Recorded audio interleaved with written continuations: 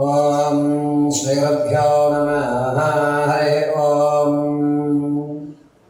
జగతం పితరం వందే పార్వతీ పరమేశ్వరం. ఆపదామపహర్తారం ధాతారం సర్వసంపదాం లోకాభిరామం శ్రీరామం భూయో భూయో నమామ్యహం. సర్వమంగళమాంగళ్యే శివే సర్వార్థసాధకే శరణ్యే త్ర్యంబకే దేవి నారాయణీ నమోస్తుతే. ఆగస్టు నెలలో ద్వాదశ రాశుల వారికి మేషం నుంచి ప్రారంభం చేసుకుని మీనరాశి వరకు కూడా ఏ విధమైనటువంటి ఇబ్బందులు కలుగుతాయి, ఏ విధంగా ఆర్థికంగా నిలబడగలుగుతాం, ఏ విధంగా అనారోగ్యం నుంచి మనం బయటపడే అవకాశాలు కలుగుతున్నాయి, విదేశాలకు వెళ్ళాలంటే ఏమి చేసుకోవాలి, ఈ నెలలో మనకి కలిసి రావాలి అంటే కనుక ఏ దేవతామూర్తిని ఆరాధన చేయాలి, అదేవిధంగా ఏ రోజు ఉపవాసం ఉంటే మనకి కలిసి వస్తుంది, మనం స్థిరాస్తులు ఎప్పుడు కొనుగోలు చేసుకునేటువంటి అవకాశం ఉంది, ఈ నెలలో నాకంటూ ఒక మంచి సమయం వస్తుందా అని ఎదురు చూస్తున్న వారికి ఆ మంచి సమయం ఎప్పుడు వస్తుంది అనేటువంటి పూర్తి విషయాలు, ఒకవేళ ఇబ్బందులు కలుగుతున్న వారికి ఆ ఇబ్బంది నుంచి ఈ నెలలో గట్టెక్కాలి అంటే కనుక ఏ విధమైనటువంటి చర్యలు వారు పాటించాలి అనేటువంటి విషయాలు ఈశ్వరానుగ్రహంతో పంచాంగకర్తలు లిఖించిన విధానాన్ని ఆధారం చేసుకుని నా తల్లిదండ్రుల యొక్క అనుగ్రహంతో మనస్ఫూర్తిగా యథాశక్తానుసారం మీకు ఈ ఆగస్టు నెలలో జరిగేటువంటి విషయాలన్నింటినీ కూడా క్షుప్తంగా వివరించడం జరుగుతుంది. ఇవి కేవలము గోచార రీత్యా మాత్రమే పరిగణలోకి తీసుకోవడం తప్ప వ్యక్తిగతంగా జాతకాన్ని పరిగణలోకి తీసుకోవడానికి పనికిరాదు. మీరు వ్యక్తిగతంగా మీ జాతకంలో జరుగుతున్న మార్పులు తెలుసుకోవాలి అంటే కనుక కింద స్క్రోల్ అవుతున్న నెంబర్ను సంప్రదించండి. వ్యక్తిగతంగా మీ యొక్క జాతక వ్యవస్థ తెలుస్తుంది. గోచార రీత్యా మేషం నుంచి మీనరాశి వరకు కూడా జరిగేటువంటి విషయాలన్నీ కూడా మీకు క్షుప్తంగా ఆగస్టు నెలలో జరిగే విషయాన్ని తెలియజేయడం జరుగుతుంది. తదుపరి ధనుసు రాశి వారు. ధనుసు రాశి వారు ఈ నెలలో ఇబ్బంది పడేటువంటి అవకాశం ఎక్కువ లభిస్తుంది. నమ్మించి మోసం చేసేటువంటి వారు అధికమవుతూ ఉంటారు. అరే ఇతన్ని నమ్మి మనం ఎలా వదిలేసాం, ఇతర మనకి ద్రోహం చేసింది అనేటువంటి ఒక ఆశ్చర్యానికి గురవుతుంటారు. అయితే ధనుసు రాశిలో రాజకీయంలో ఉన్న వారికి కాస్త మాట తీరు తగ్గుతుంది. ఎంత చేసినా ఇలాగే ఉంటున్నాం కదా, ఏం కాదులే అనేటువంటి ఒక ధోరణకు వచ్చేస్తుంటారు. విద్యార్థులకు సరే జ్ఞాపశక్తి తగ్గుతుంది. తగ్గినా కూడా తమ యొక్క వ్యవస్థ వల్ల బాగా చదువుతారులే అనేటువంటి ఒక విధానంతో జరిగిపోతుంది. ఇక ధనుసు రాశిలో ఉన్నటువంటి వారు రైతులకి మొదటి 3 వారాలకు అద్భుతమైన ఫలితాలు వస్తాయి. 4వ వారం కాస్త ఇబ్బంది పడేటువంటి విధానం లభిస్తుంది. ధనుసు రాశిలో ఉన్నటువంటి వారు వ్యాపారం చేద్దాం అనుకుంటే కనుక 2వ వారం ప్రారంభం చేయండి. అది కూడా పరోక్షంగానే చేయండి. ప్రత్యక్షంగా అయితే మాత్రం వద్దు. పరోక్షంగా మీరు వ్యాపారం ప్రారంభం చేయడం ఆగస్టు 2వ వారం అద్భుతమైనటువంటి సమయంగా చెప్పచ్చు. ముఖ్యంగా పుస్తకాలకు సంబంధించి కానీ, లేదా స్టేషనరీకి సంబంధించి కానీ, లేకపోతే ఈ టైర్లకు సంబంధించి కానీ మీరు వ్యాపారాలు ప్రారంభం చేయండి. ఉపయోగదాయకంగా మీకు కలిసి వచ్చేటువంటి అవకాశం లభిస్తుంది. ధనుసు రాశి వారు రియల్ ఎస్టేట్లో కానీ, స్టాక్ మార్కెట్లో కానీ పెట్టుబడి పెట్టాలంటే 3వ వారంలో పెట్టుబడి పెట్టండి. అది కూడా ఆగస్టు 20వ తారీఖు నుంచి 26 మధ్యలో పెట్టండి. మీరు పెట్టిన పెట్టుబడికి సమన్యాయం జరుగుతుంది. ధనం అనేటువంటి నష్టం కాదు. ధనుసు రాశిలో వారికి ఆరోగ్యం విషయంలో ఈ భుజాలు అనేటువంటి ఇబ్బంది కలగడం, కాళ్ళ దగ్గర పిక్కలు లాగడం, లేదా నరాలు అనేటువంటి తేలేటువంటి వ్యవస్థ ఏర్పడుతుంది. ఎప్పటి నుంచో ఆకస్మికంగా చూస్తున్న ధనం కానీ, తాత ముత్తాతల నుంచి రావాల్సిన ఆస్తి ఏదైతే ఉందో అది ఆల్మోస్ట్ దగ్గరికి వచ్చి చెడిపోయేటువంటి అవకాశం ఎక్కువ లభిస్తుంది. కాబట్టి ఆశపడవద్దు. వచ్చేది ఎప్పుడైనా మనకే వస్తుంది అనేటువంటి ఒక నమ్మకంతో ఉండండి. దీనివల్ల మీకు మీరు సర్ది చెప్పుకునే అవకాశం ఎక్కువ లభిస్తుంది. ధనుసు రాశి వారు ఎవరైతే విదేశాలు వెళ్దాం అనుకుంటున్నారో వారికి 3వ వారం అద్భుతంగా కలిసి వస్తుంది. ధనుసు రాశి వారు విదేశాలకు ఎవరైతే వెళ్దాం అనుకుంటున్నారో వారికి 3వ వారం అద్భుతంగా కలిసి వస్తుంది. 3వ వారం కనుక మీరు విదేశాలకు వెళ్ళడానికి శ్రీకారం చుట్టినట్లయితే మంచి అవకాశం లభిస్తుంది. నిరుద్యోగులకి కాస్త ఊరట కలిగి ఉద్యోగ ప్రాప్తి కలిగే అధికారం 2వ వారంలో వస్తుంది. ఎవరైతే ప్రమోషన్ కోసం చూస్తున్నారో ఈ ప్రమోషన్ మీరు అనుకున్న స్థలం కంటే వేరే చోటకి మారడం, పర్వాలేదు ఎక్కడైతే ఉంది నాకు ప్రమోషన్ అయితే వచ్చింది కదా అని మీలో మీరు సర్ది చెప్పుకునే అవకాశం లభిస్తుంది. ఇక ధనుసు రాశిలో వారు ఆడవారి విషయానికి వస్తే ధనాన్ని ఎక్కువగా కోల్పోతూ ఉంటారు. ఎంత ధనం మీ చేతిలో పెట్టినా నీరులా ఖర్చు అయిపోతూ ఉంటుంది. సంతానం కోసం ఎవరైతే చూస్తున్నారో వారికి సంతానం కలిగే అధికారం లభిస్తుంది. ఎవరైతే ప్రసవానికి ఉన్నారో పుత్ర సంతానాన్ని కలిగేటువంటి అధికారం ఎక్కువ లభిస్తుంది. వివాహం కోసం ఎవరైతే చూస్తున్నారో దూరపు వివాహం అయ్యేటువంటి వ్యవస్థ లభిస్తుంది. ఇక ఆడవారి విషయంలో కుటుంబంలో కానీ సమాజంలో కానీ మీ గౌరవం కొంచెం తగ్గుతుంది. చెప్పొచ్చావులే, ఇన్ని రోజులు నువ్వేం చేసావు, నీకు మాత్రం బాగుపడ్డావా, లేదు కదా అనేటువంటి మాటలు వినడం జరుగుతుంది. ఆడవారు గర్భసంచి వ్యవస్థలో చాలా జాగ్రత్తగా ఉండాలి. గర్భసంచి ఆపరేషన్ అయ్యేటువంటి అవకాశం 2వ వారంలో ఎక్కువగా కనబడుతుంది. అయితే ధనుసు రాశిలో వారు భార్యాభర్తల మధ్య అన్యోన్యత తగ్గి కీచురాటలు అనేటువంటి పెరుగుతూ ఉంటాయి. దీనివల్ల పెద్ద మనుషులు మీరు మార్చుకోవడం, ఏ పెద్ద మనిషి కూడా మీ సమస్యకు సరైన పరిష్కారం చెప్పుకోకపోవడం జరుగుతుంది.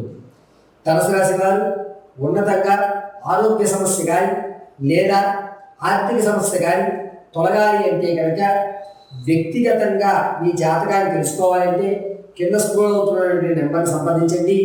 గోచార రీత్యా మీ యొక్క ధనుసు రాశి వారికి ఏ విధమైన ఫలితాలు వస్తున్నాయో నేను చెప్తున్నాను, చాలా జాగ్రత్తగా వినండి. ధనుసు రాశి వారు గోచార రీత్యా ఆగస్టు నెల అంతా కూడా ప్రతిరోజు కూడా తెల్లటి పుష్పాలతో మీ దగ్గరలో ఉన్నటువంటి ఏ దేవాలయంలో అసలు అర్చన చేయించండి. అంతేకాకుండా నిత్యము కూడా సింధూరాన్ని అడ్డంగా ధరించండి. కింద ఉత్తరాకారంలో చంద్రాన్ని ధరించండి. ఈ ధనుసు రాశి వారు ఇంట్లో ప్రతిరోజు కూడా వేప నూనెతో దీపారాధన చేయడం చాలా మంచిది. అంతేకాకుండా ఓం మహాదేవాయ నమో నమః అనేటువంటి మహామంత్రాన్ని నిత్యము స్మరిస్తూ ఉండండి.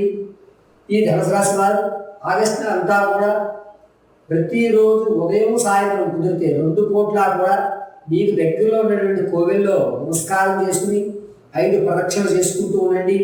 దీనివల్ల జగదాంబిక మిమ్మల్ని సరదా రక్షిస్తూ ఉంటుంది. అంతేకాకుండా ధనుసు రాశి వారు కేవలము తెల్ల పుష్పాలతో మాత్రం మీ దగ్గర ఉన్న దేవాలయం, ఏ దేవాలయమైనా కానివ్వండి, గణపతి కానీ హనుమంతుడు కానీ అమ్మవారు కానీ శివుడు కానీ నారాయణుడు కానీ ఎవరన్నా సరే, గ్రామ దేవత అయినా సరే తెల్లటి పుష్పాలతో మాత్రమే అర్చన చేయండి. అద్భుతమైన ఫలితాలు లభించి మీ యొక్క కష్టం తీరి ఆర్థికంగా కాస్త నిలబడడానికి, ఆరోగ్యంగా ప్రమాదాలు జరగకుండా మిమ్మల్ని ఆ జగదాంబిగా రక్షిస్తూ ఉంటుంది. 21వ తారీఖు గురువారం రోజు మాస శివరాత్రి. ఎప్పటి నుంచో అనారోగ్య పాలవుతూ ఇంట్లో ఆరోగ్య సమస్యలు ఎక్కువగా ఉన్నా, చికాకులుగా అనిపిస్తున్నా రుద్రాభిషేకం చేసుకోవడానికి గురువారం మాస శివరాత్రి మహోన్నతమైనటువంటి సమయంగా చెప్పచ్చు. ఇక 27వ తారీఖున అగ్రతాంబూలాధిపతి గణపతి నవరాత్రులు ప్రారంభం. చవితి 27వ తారీఖున ఉదయం 1:58 వరకే ఉంటుంది. గణపతి పూజ కానీ మండపాల మీద పూజ కానీ చేసేటువంటి వారు ఉదయమే గణపతి పూజ పూర్తి చేయాలి. సాయంత్రం చవితి లేదు. ఈ విషయాన్ని గుర్తుపెట్టుకోండి. గణపతి నవరాత్రులు మధ్యాహ్నం 2 గంటల వరకే, అది కూడా ఉదయం 11:30 అఖండ దీపం మండపాల దగ్గర వెలిగించుకోవాలి. 12:30 లోపు పూజ పూర్తి చేయడం అనేటువంటిది ఉత్తమం. ఇక 29వ తారీఖు శుక్రవారం, ఆ రోజు సూర్య షష్ఠి అనేటువంటిది ఏర్పడుతుంది. షష్ఠి తిథి. ఎన్నాళ్ళ నుంచో సంతానం లేక ఇబ్బందులు పడుతున్న వారు, అపార్షన్ అయ్యి శిశువు గర్భంలోనే మరణిస్తున్నటువంటి వారు ఏదన్నా నాగమ్మవారి దేవాలయంలో 29వ తారీఖున సర్పయాగం చేయడం చాలా మంచిది. ఇలా చేయడం వల్ల సర్పదోష నివృత్తి జరుగుతుంది. మంగళం మహత్వం. 4 నిమిషాలు వచ్చింది, ఇంకొక 4 నిమిషాలు. అయితే ఈ యొక్క ఆగస్టు నెలలో విశిష్టమైన రోజులు మీకు తెలియజేయడం జరిగింది. అందులోనూ ఏ సమయంలో మనం రక్షాబంధన చేసుకోవాలి, గణపతి ఆరాధన అనేది చవితి బుధవారం రోజు రావడం, 27వ తారీఖు సంఖ్యాశాస్త్ర పరంగా చూసిన 7, 2, 9, ఆ 9వ సంఖ్యకి బుధవారం రావడం, అందులోనూ చవితి మధ్యాహ్నం 2 గంటల వరకే ఉండడం అనేటువంటిది గుర్తుపెట్టుకోండి. మండపాల మీద పూజ అనేటువంటిది 2 గంటల్లోపు పూర్తి చేయాలి. కనీసం అఖండ దీపమైనా సరే ఆ రోజు 11:30 లోపు మీరు వెలిగించుకునే ఏర్పాటు చేసుకోండి. ఇక మంగళవారంలో ప్రారంభమయ్యి విశిష్టమైన రోజు మళ్ళా 29వ తారీఖు శుక్రవారంతో పూర్తవుతున్నాయి. ఈ ఆగస్టు నెలలో అమ్మవారి సాధన చెయ్యాలనుకున్న వారు కింద స్క్రోల్ అవుతున్నటువంటి నెంబర్ని సంప్రదించండి. అమ్మవారి ఉపాసన కానీ లేదా మీ యొక్క జాతకంలో ఉన్నటువంటి దోషాలు కానీ పరిశీలన చేసి తగు పరిష్కారం కూడా జరుగుతుంది. సంతానం కోసం ఎన్నో ఏళ్ళగా ఎదురు చూస్తున్న వారికి ఆగస్టు నెలలో శుక్రవారం రోజున గౌరీ కటాక్షంతో సూర్య షష్ఠి ఏర్పడుతోంది. ఆ రోజు సర్పదోషం ఉన్నవారు కానీ శిశువు జనించాలి అని తహతహలాడుతున్న వారు ఆ యొక్క దోషపూరితాన్ని పూర్తి చేసుకోవడానికి అద్భుతమైనటువంటి అవకాశం. ఎవరైతే రక్షాబంధన్ 9వ తారీఖు జరిగేటువంటి పౌర్ణమి రోజు ఉదయం 9:45 నుంచి 11:20 లోపు మీ సోదరుడికి లేదా మీ తమ్ముడికి మీకు కావలసిన వారికి రక్షణ కట్టడం వల్ల పరిపూర్ణ ఆరోగ్యంతో ప్రమాదాలు పక్కన జరిగి వారు ఎల్లవేళలా కూడా ఈశ్వర అనుగ్రహంతో ఆయురారోగ్యాలతో అభివృద్ధి చెందేటువంటి వ్యవస్థ ఏర్పడుతుంది. ఇక వరలక్ష్మీ వ్రతం ఏ విధంగా జరుపుకోవాలి, కలశాన్ని ఏ విధంగా మనం ఏర్పాటు చేసుకోవాలి, అసలు కలశాన్ని నీళ్లు పోయాలా, దాంట్లో బియ్యం ఉంచుకోవాలనే సందేహాలు, కలశాన్ని తయారు చేయాలంటే ఆ యొక్క బ్లౌజ్ పీస్ని అంటే జాకెట్ ముక్కని రవికల బట్టని ఏ విధంగా దాన్ని మనం మడతపెట్టాలి, ఇలా మడతపెట్టిన తర్వాత అలంకరణ ఏ విధంగా చేసుకోవాలి, ఇంట్లో మనం ఉన్న బంగారం బ్యాంకులోనే ఉంటుంది గురువుగారు, ఆ బ్యాంకులో ఉన్నటువంటి బంగారం అప్పు తీరి మన ఇంటికి వచ్చే మార్గాలు ఏ విధంగా వరలక్ష్మీ వ్రతం రోజు మనం చేసుకుంటే ఆ బంగారం అలా తిరిగి మన ఇంటికి వస్తుంది, అప్పులు ఏ విధంగా తీరి మనం ప్రశాంతంగా అమ్మయ్య అప్పు లేదు ఆయన ఈ నెలలో నా అప్పులన్నీ పూర్తయ్యాయి అనేటువంటి మాట మీకు ఎప్పుడు లభిస్తుంది అనేటువంటివి మరొక వీడియోలో మీకు వివరంగా వరలక్ష్మీ వ్రతం గురించి కేవలం వరలక్ష్మీదేవి వ్రతం గురించి వివరించడం జరుగుతుంది.